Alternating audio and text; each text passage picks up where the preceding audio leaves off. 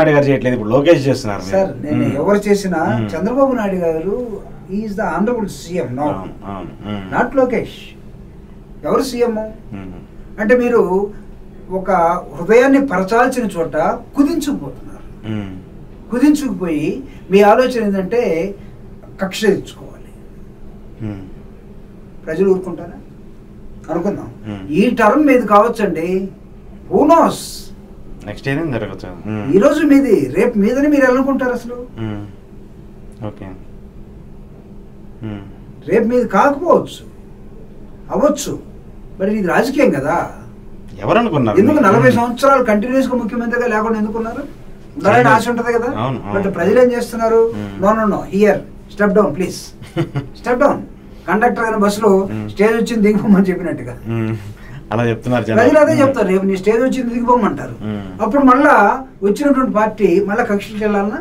Definite గా ఇప్పుడు అవి జరుగుతూనే ఉన్నాయి కదా గత 10 ఏళ్ళ నుంచి చూస్తున్నాం. అందుకే జగన్మోహన్ రెడ్డి గారు చాలా స్పష్టంగా చెప్పాడు, ఒకవేళ ఎక్కడైనా మా వైపు నుంచి తప్పు జరిగి ఉంటే మీరు మమ్మల్ని దించేశారు అంటే మాకున్నటువంటి లక్ష్యాలని, మా రాజకీయ సిద్ధాంతాన్ని, అంటే వెల్ఫేర్ స్టేట్ 2,70,000 కోట్ల రూపాయలే మేము ప్రజలకి వాళ్ళ అభివృద్ధి కోసం ఖర్చు పెడితే దాన్ని అప్పు అన్నారు.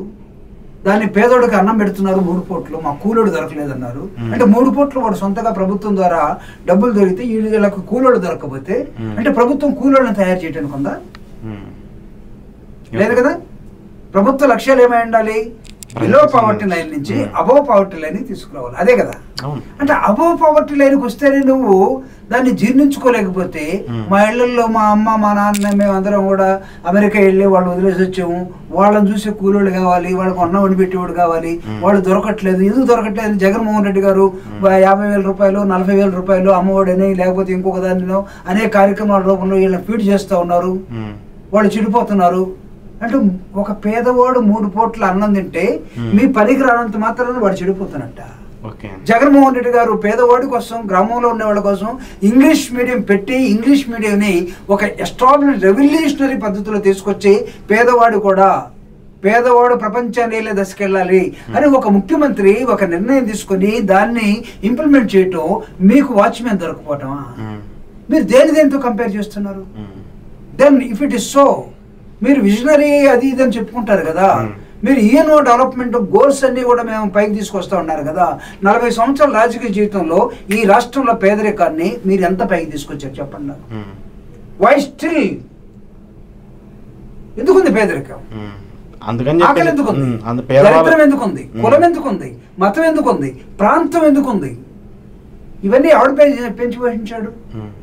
ఎక్కడైనా వీటన్నిటిని జగన్మోహన్ రెడ్డి గారు ఆఫ్టర్ ఒక 5 సంవత్సరాలే కదండి ఉంది.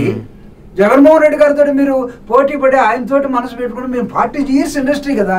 నాకు ఇక్కడ చెప్పండి అసలు జగన్మోహన్ రెడ్డి గారికి ఇచ్చినటువంటి అవకాశంలో 5 సంవత్సరాల్లో 2.5 సంవత్సరం కరోనా అండి, 1 సంవత్సరం ఎలక్షన్, ఇంకెన్ని సంవత్సరాలు మిగిలింది? 1.5 సంవత్సరం. 2.5 సంవత్సరాలు కరోనా పోతే 2 సంవత్సరాలు వేసుకుందాం corona. Last year election year, ఎవడు ఏం చేయడానికి లేదు, అయిపోయింది. మీకు తెలుసు 3 సంవత్సరాలు పోయింది.